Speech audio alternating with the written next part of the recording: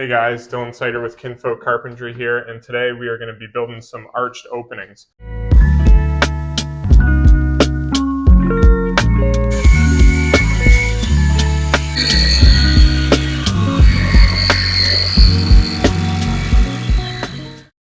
Alright, after a bit of investigation here, I kind of assessed that this is a big header that's kind of carrying this load, the ceiling above it. I think we're just deciding to just build corners that are arched and keep the height the same, but just try to make it as minimal of an arch as we can. So that's kind of what I'm going to start on.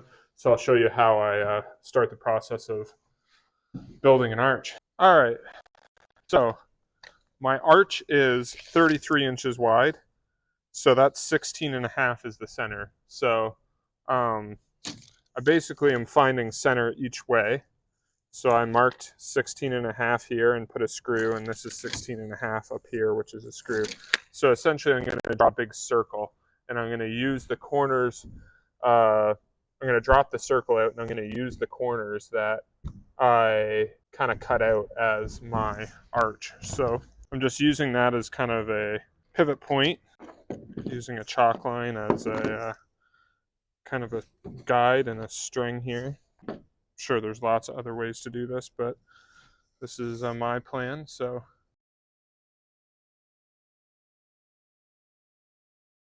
I've drawn the circle.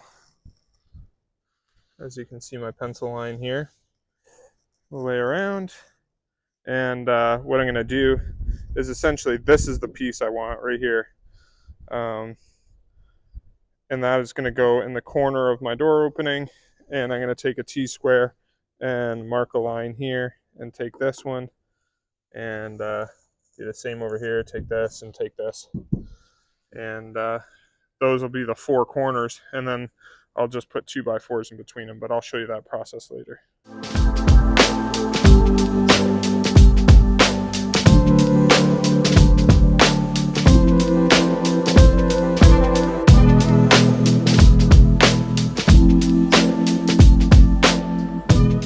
Hey, by the way, if you think this saw is kind of unique, go and check out the review I did on it. I love this thing. I use it all the time.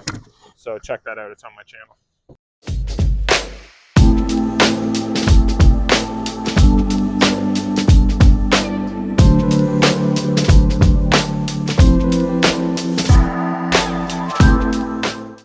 Alrighty, so I have the opening all prepped to start the framing.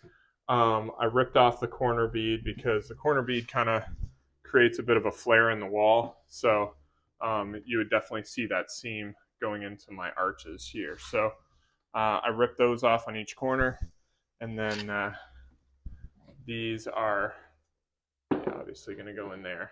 Set a 1/2 inch back so that they can screw drywall to this, and it'll be flush with the wall. So that's what I'm getting started on.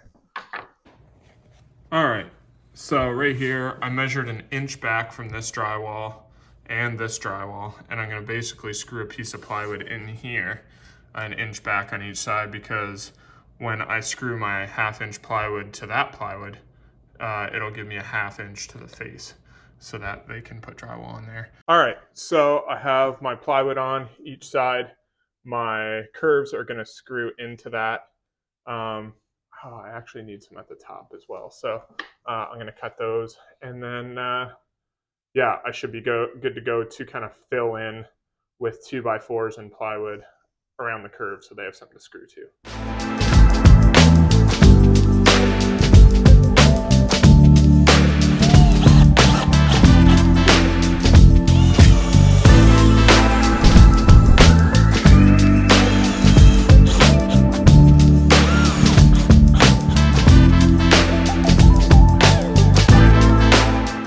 Life of a contractor at lunch. Homeowner doesn't own a microwave. Eating cold, and I forgot a fork, so Sawzall blade it is. This is the cleanest one I have. Look at that baby. She's shiny. Dig in. All right, so here is the second arch I'm going to be doing. I'm going to be doing shelves in here, so it's going to be like a little bookcase, and they kind of want an arch around the top here. but I don't want the ceiling to carry through. So my plan is building the entire thing downstairs and then just put it up into place and screw it, find studs and screw it in. So this one's gonna look more like a U instead of corners.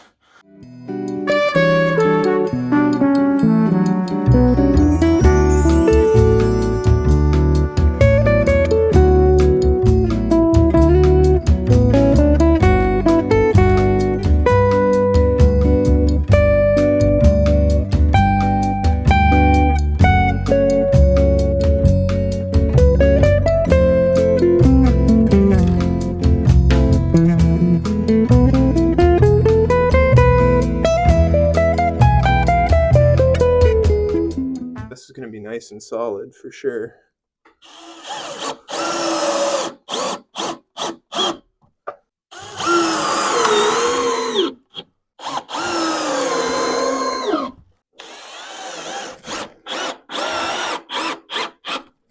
Boom. So I found out over time that it is not worth me drywalling stuff. I just hire that out. They do a much nicer job and do it a lot faster. I really only get into drywall when I'm doing little patches, and when the drywallers come in tomorrow, they're going to do their thing, and then I'm going to paint, and then I'll be back to put in some shelves, which will probably be later on in this video, and it'll look minty fresh. Stopped in to check on my drywaller. He's doing a great job. He's using the curved corner bead to wrap it around there. Currently taping it. He's working on the downstairs one right now, but yeah, he's doing a great job. It's gonna look awesome.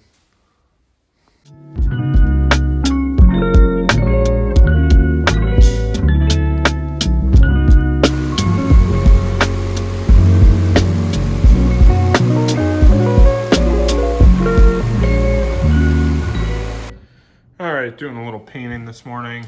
I just put a primer coat on this one. It's gonna be kind of a hectic day because I'm priming, then I'm painting. I'm trying to get 2 coats of paint on in a day, which may not be advised, but I'm on a tight schedule. But the arch turned out awesome. My drywaller did a great job. It is very nice and smooth. So that's what I'm doing right now. Yesterday, they made a change order and added this beadboard back here. The shelves were originally going to be here. This is something they wanted. But they added the beadboard, so I put that in. So after I'm done the priming, I'll probably work on the shelves for a bit, get those installed, and then we will paint everything. And then we should be good. Hopefully I can get this all done today. All right, I'm starting to work on the shelves here. I got 1 coat of paint on, so I'm just transitioning to that. I'm going to show you how I fit these shelves. This is an old opening, so they are way out of square and way out of whack. And this, I'm going to show you how I do it with this technique here. All right, so you see what I'm dealing with here. This is a square cut, and this is a square cut. I have a piece of 1/4 inch that's cut roughly the same depth as my shelf.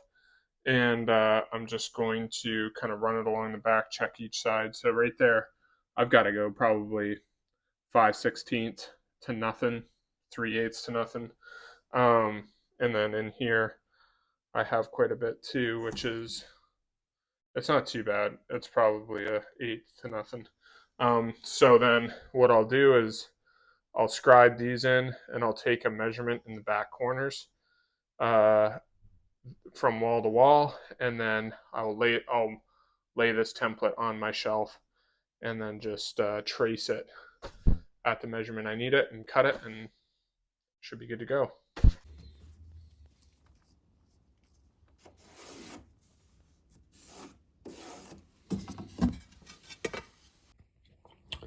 Alrighty, so there you go. Got it pretty tight there, and this side nice and tight. So now I can use this and mark that on each side of my shelf, and then cut the shelf and put it in after I take a measurement from wall to wall at the back. All right, so here's how I use it. Here's my template. I lay it on, I trace it, and I cut it to match this. I'm using a combination of my small little circular saw and a power planer to just work it perfectly to that line. And then I hook here and mark my measurement at the back. See, I have this marked back. I mark the measurement there, and then I line this one up and I trace that and cut it, and it should fit perfect.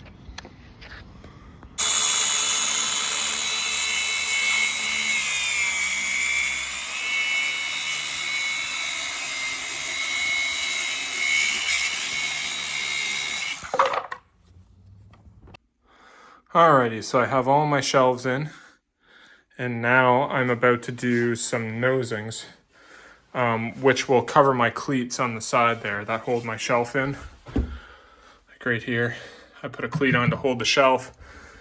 Those are screwed into studs, and then the nosing will go right over top like so.